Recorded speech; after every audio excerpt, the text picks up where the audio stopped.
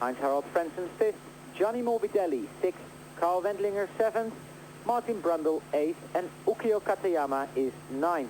Then Pierluigi Martini and Eric Bernard, Johnny Herbert 12th, Christian Fittipaldi 13th, Oliver Pennis 14th, Mark Blundell 15th, then Pedro Lamy, Bertrand Gachot, Roland Ratzenberger, and Paul Bamondo complete the top 19, and Olivier Beretta has done one single lap in 20th place.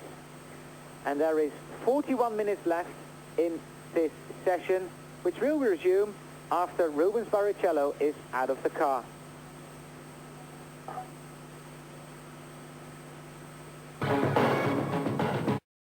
So can anybody beat Senna's 1:22.430? That's the question.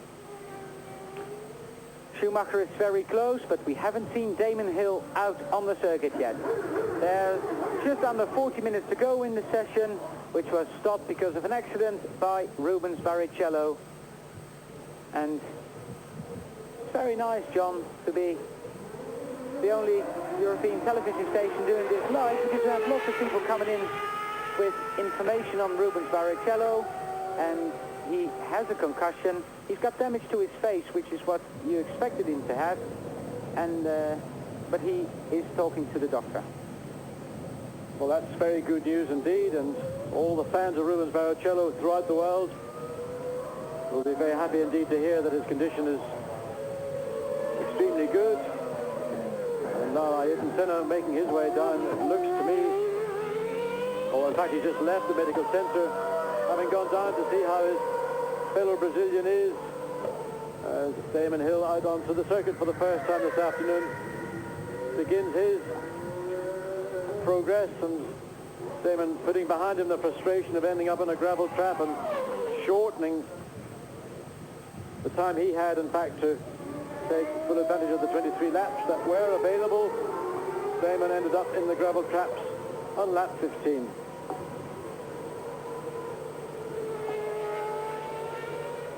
Damon Hill looking very determined after he spun in Ida. And, well, John, oh, there he sort of lost a lot of time. A little bit of a wobble as he came through Acqua Minerale, and it's those little nervy twitches the car gives you that just saps confidence. Acqua Minerale is one of those corners you have to really tug on the wheel, almost pitch the car into the corner. If the back end isn't stable and it lurches around, you're going to be very nervous about trying to keep your foot on the throttle. And again, you can see Damon, the back of that car just stepping under. Here's the point of the circuit where Barrichello went off. You can see how close that tower wall, in fact, is to the circuit from the driver's point of view. Damon Hill was fun. He kept the engine running. Well done, Damon. But John, basically, that is what happened to Damon Hill this morning. He's done a... Well, what's the time he did? He's done a 1:26.9, including a spin. That's not bad, I must say. But it's not what he wanted. But he did take a shortcut. Look, turning in the back end just without warning at all. Goes around.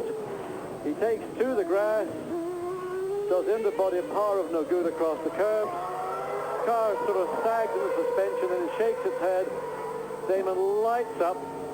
I mean, doing something like that around the back of the circuit where no one's watching is one thing, but doing it in front of a grandstand full of people, plus your own team, wow.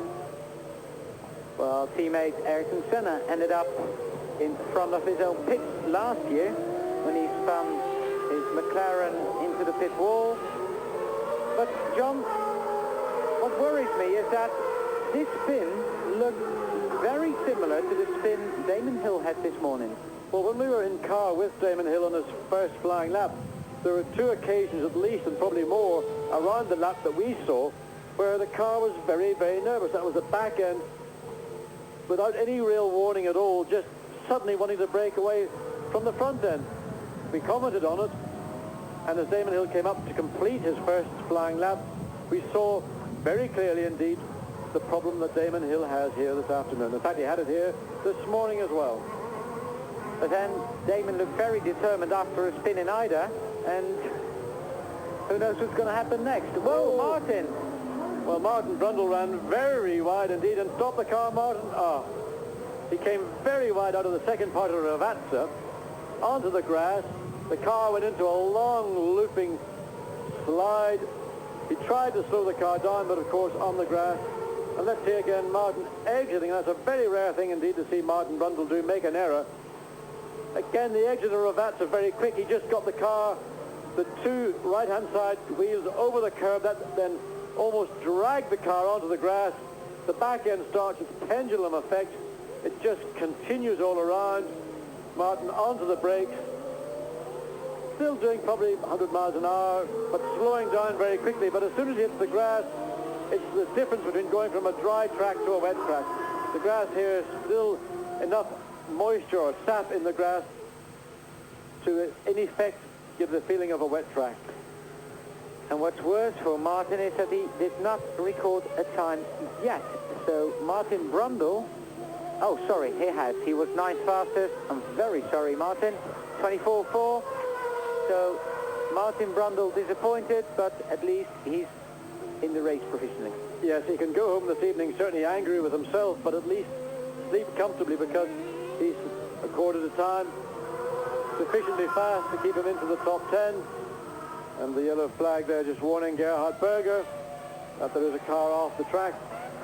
Not that Grand Prix drivers take a great deal of attention to a static yellow flag. It's one of the factors that sometimes cannot be overstated. When a yellow flag is out, whether it's stationary or waved, you should be prepared and in fact just ease off a little bit. You'd never know quite what the incident is until you've been through at least once.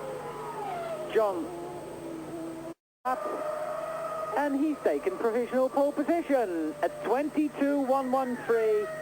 Well, Gerhard. Well, I did actually predict it would be no surprise, or I sort of anticipated it would be no surprise to see a Ferrari on the front row of the grid.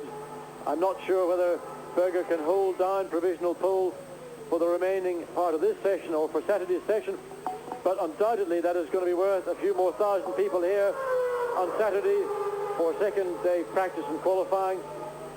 And currently on the third row of the grid in 6th place, and he's got a Ferrari alongside him. That's Nicola Larini, who's deputizing and doing in fact a very respectable job indeed for Jean Alesi, who we expect to see here tomorrow, and probably he'll be into the commentary booth joining all the other ex-Grand Prix drivers. Of course, he's only temporarily an X1. Jean also recovering from compressed vertebrae in his neck following his testing accident a month or so ago at Ferrari's test track at Mugello. Well, Häkkinen coming up now to the back of the circuit. The Aranti Alta, that's the final chicane on the backward leg of the Imola circuit. Now it's the run downhill into the Ravazza corner. This is the point in the circuit where Damon swapped ends and ended up in that sand trap. Well, we watched the classification, Berger and Senna, Schumacher and Leto, then Larini and the man you're watching, Mika Häkkinen, 5th and 6th. So that is the situation 7 to 12 we see on our screen, and there is just over 32 minutes to go in this first qualifying session on Friday afternoon here at Imola. Now, can Mika Häkkinen improve? There we see positions 13 through to 18. With Oliver Pennis disappointed in 18th. There were Pedro Lamy 19th and Paul Belmondo currently in 24th, just behind Roland Ratzenberger and Bertrand Gachot. Haven't seen David Brabham out yet. To go, and is it an improvement? No, it's not. It's close, but it's not an improvement to his best time so far. Just coming into that final chicane onto pit straight, it's so easy to overdrive going in and then to mix and mess up the corner. Ideally, you want to come in, brake slightly earlier than you expect, get the car in early, but then get the drive on as hard as you can in the process of changing from left to right, because it's out of the corner where the time is lost. Equally, it's out of the corner where the time is gained.